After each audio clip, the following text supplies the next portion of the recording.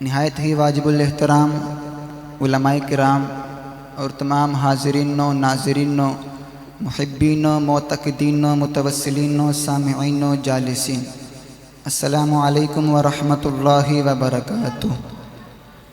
دعا ہے اللہ کریم ہم سب کی اس حاضری کو قبول فرمائے۔ بغیر کسی تاخیر و تمہید کے میں اپنی گفتگو کا آغاز کر رہا ہوں۔ اللہ کریم کا لاکھ لاکھ شکر ہے کہ جس مالک نے ہم پر احسان فرما کر ہمیں انبیاء کے امام کی امت میں پیدا فرمایا ہے۔ اگر آپ لوگوں سے کوئی سوال پوچھے کہ آپ پر اللہ کریم کا سب سے عظیم احسان کیا ہے، تو یقیناً آپ لوگوں کا یہی جواب ہوگا کہ ہم پر اللہ کریم کا سب سے عظیم احسان یہ ہے کہ اس مالک نے ہمیں رسول رحمت علیہ السلام کی غلامی کا توق عطا فرما دیا۔ سامعین ذی وقار توجہ سے سماعت فرمائیے، اللہ کے خزانے میں سب کچھ ہے، اللہ کے خزانے میں سب کچھ ہے، لیکن خدا کے خزانے میں بھی دوسری ذات محمد نہیں ہے۔ اللہ کے خزانے میں سب کچھ ہے، لیکن خدا کے خزانے میں بھی دوسری ذات محمد نہیں ہے۔ تھوڑا سا اونچی بول کے دیکھیے۔ میرے اور آپ کے پیارے نبی علیہ السلام کا ارشاد گرامی ہے کہ میں ہر امتی کو اس کے چہرے سے پہچانتا ہوں۔ حضور ہمارے چہروں کو دیکھتے ہیں۔ آپ دیکھیے کتنا کرم ہے حضور کا ہم پہ، ہم غریبوں کو حضور دیکھتے ہیں۔ اب یہ جملہ سننے کے بعد آپ میں سے جن حضرات کے دلوں میں عشق رسول کی روشنی ہوگی، شمع ہوگی، وہ ضرور بولے گا، وہ خاموش رہ نہیں سکتا۔ توجہ سے سنیے، میرے نبی ہمارے چہروں کو دیکھتے ہیں۔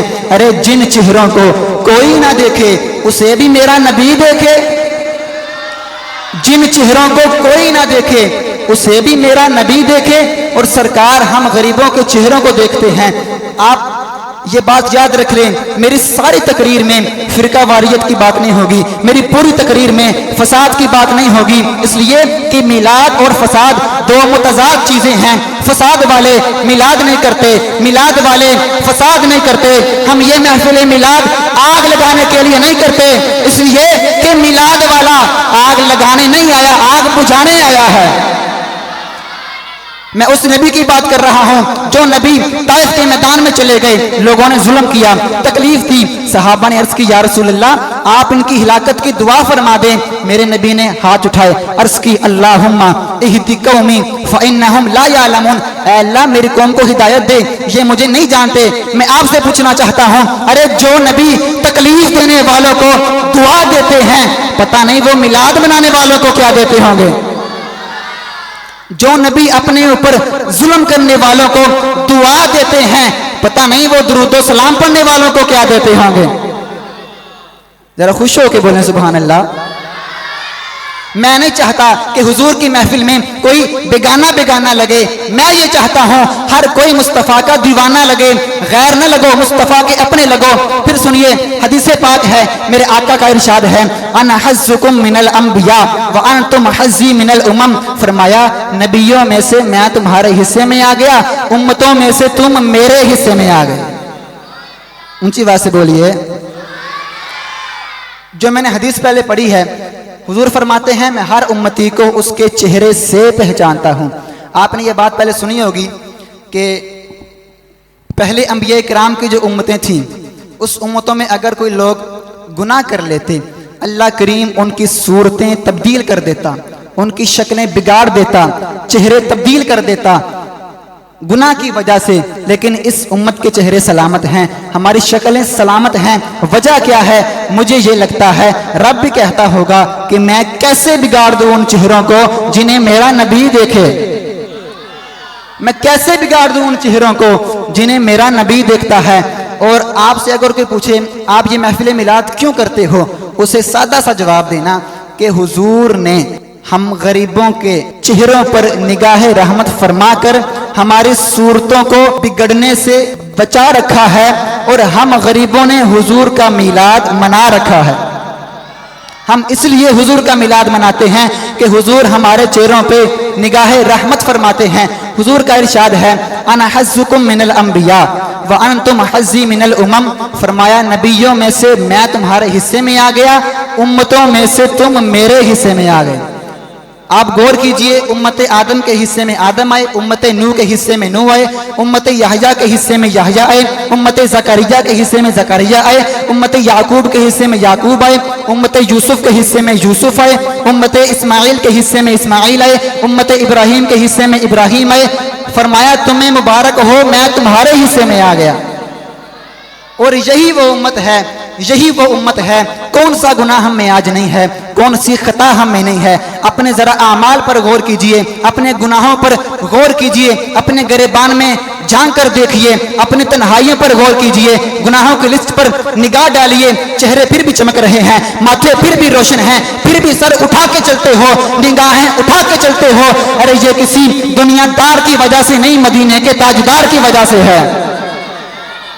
حضور فرماتے ہیں کہ نبیوں میں سے میں تمہارے حصے میں آ گیا، امتوں میں سے تم میرے حصے میں آ گئے۔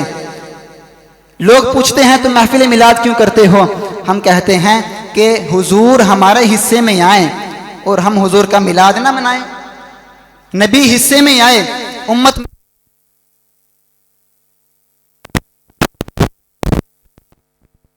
ہمیں کوئی غریب نہ سمجھے، خبردار ہمیں کوئی غریب نہ سمجھے، ہمارے حصے میں محمد مصطفیٰ آ گئے ہیں۔ اور خبردار ہمیں کوئی بے آسرا نہ سمجھے، ہم حضور کے حصے میں آ گئے ہیں۔ اس حدیث کا ایک اور مطلب ہے، حضور نے فرمایا ہے نا انا حظکم من الانبیاء وانتم حظی من الامم، نبیوں میں سے میں تمہارے حصے میں آ گیا، امتوں میں سے تم میرے حصے میں آ گئے۔ اس حدیث کا ایک اور مطلب ہے، وہ بھی سن لیں۔ حضور نے فرمایا انا حظ، لوگ رب زمین کے آ جائیں خوشی مناتے ہو، گاڑی مل جائے خوشی مناتے ہو، حضور فرما رہے ہیں میں تمہارے کھاتے میں آ گیا۔ حضور فرماتے ہیں نبیوں میں سے میں تمہارے کھاتے میں ہوں اور امتوں میں سے تم میرے کھاتے میں ہو۔ اور میں آپ کو یہ بتانا چاہتا ہوں کہ حضور کے کھاتے سے نہ نکلنا، نبی کے کھاتے میں رہنا، قبر میں بھی آقا سنبھال لیں گے، حشر میں بھی آقا سنبھال لیں گے۔ اور بعض لوگ ہوتے ہیں وہ تقریر کرتے ہیں، وہ کہتے ہیں قبر میں عذاب ہوگا، حشر میں عذاب ہوگا، قبر میں جوتے پڑیں گے، حشر میں جوتے پڑیں گے، اللہ کا عذاب ہوگا۔ ہم بھی یہ مانتے ہیں اللہ کا عذاب ہوگا، ہم عذاب الہی کے قائل ہیں، لیکن وہ لوگ ایسے ہوتے ہیں وہ عذاب سے آگے جاتے ہی نہیں ہیں۔ وہ کہتے ہیں قبر میں عذاب ہوگا، حشر میں عذاب ہوگا، قبر میں جوتے پڑیں گے، حشر میں جوتے پڑیں گے، قبر میں سانپ ہوں گے، بچھو ہوں گے، وہ عذاب الہی سے آگے نہیں جاتے۔ ہم کہتے ہیں تمہارا سٹاپ عذاب ہوگا، ہمارا سٹاپ عذاب نہیں ہے۔ وہ کہتے ہیں کہ تمہارا سٹاپ کیا ہے؟ ہم کہتے ہیں ہم تھوڑا اس سے آگے بھی جاتے ہیں، ہم یہ کہتے ہیں کہ اللہ کریم عذاب دینے پر بھی قادر ہے اور معاف کرنے پر بھی قادر ہے۔ اللہ کریم عذاب دینے پر بھی قادر ہے، معاف کرنے پر بھی قادر ہے۔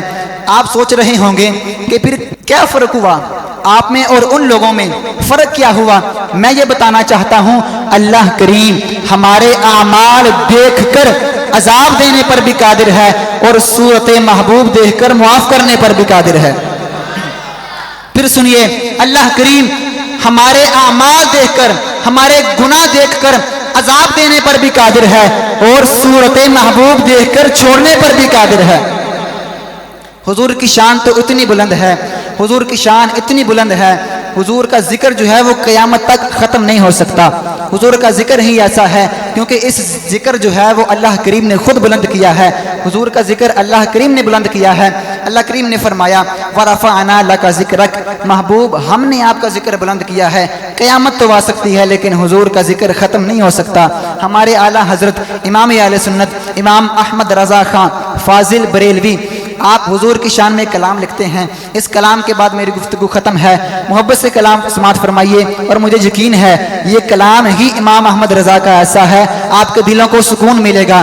اعلیٰ حضرت عظیم البرکت مجدد دین و ملت کشتہ عشق مصطفیٰ سلطان الحقیقت حسان الہند عاشق رسول فنا فی الرسول جانشین امام اعظم نائب غوث اعظم کون اعلیٰ حضرت خالد بن ولید کی تلوار عمر بن خطاب کی للکار مولا کائنات کا وار دشمن کے سینے میں غار فقہ حنفی کا نکھار علماء کا وقار عشق کی پرکار غلام احمد مختار روشن چمکتا ہوا کردار بریلی کا تاجدار اہل سنت کی سونی اور پیاری سرکار اعلیٰ حضرت امام اہل سنت آپ نے کیا کلام لکھا ہے سنیے توجہ سے آپ فرماتے ہیں زمین و زمان تمہارے لیے مکین و مکان تمہارے لیے چنین و چنا تمہارے لیے بنے دو جہاں تمہارے لیے دہن میں زباں تمہارے لیے بدن میں ہے جاں تمہارے لیے ہم آئے یہاں تمہارے لیے اٹھے بھی وہاں تمہارے لیے فرشتے خدم رسول حشم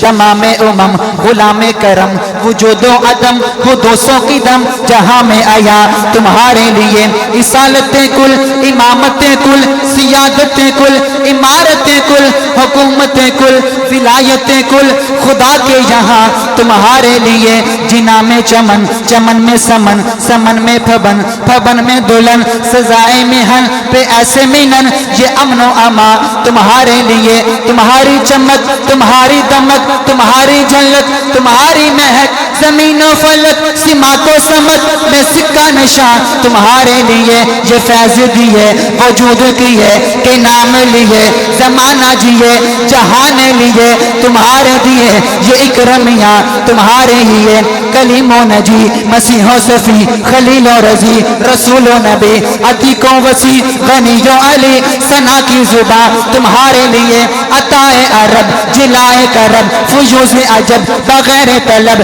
یہ رحمت رب ہے کس کے سبب پرب جہاں تمہارے لیے اور اشارے سے چاند چیر دیا چھپے ہوئے خور کو پھیر دیا گئے ہوئے دن کو اثر کیا جو تاب و تما تمہارے لیے سبا وہ چلے کہ باغ پھلے وہ پھول کھلے کہ دن ہو بلے لیوا کے تلے ثنا میں کھلے رضا کی زبان رضا کی زبان اللہ کریم جو سنا سنایا ہمیں اس پہ عمل کرنے کی توفیق عطا فرمائے اور حضور علیہ السلام کی غلامی میں زندگی گزارنے کی توفیق عطا فرمائے آمین وما علینا الا البلاغ المبین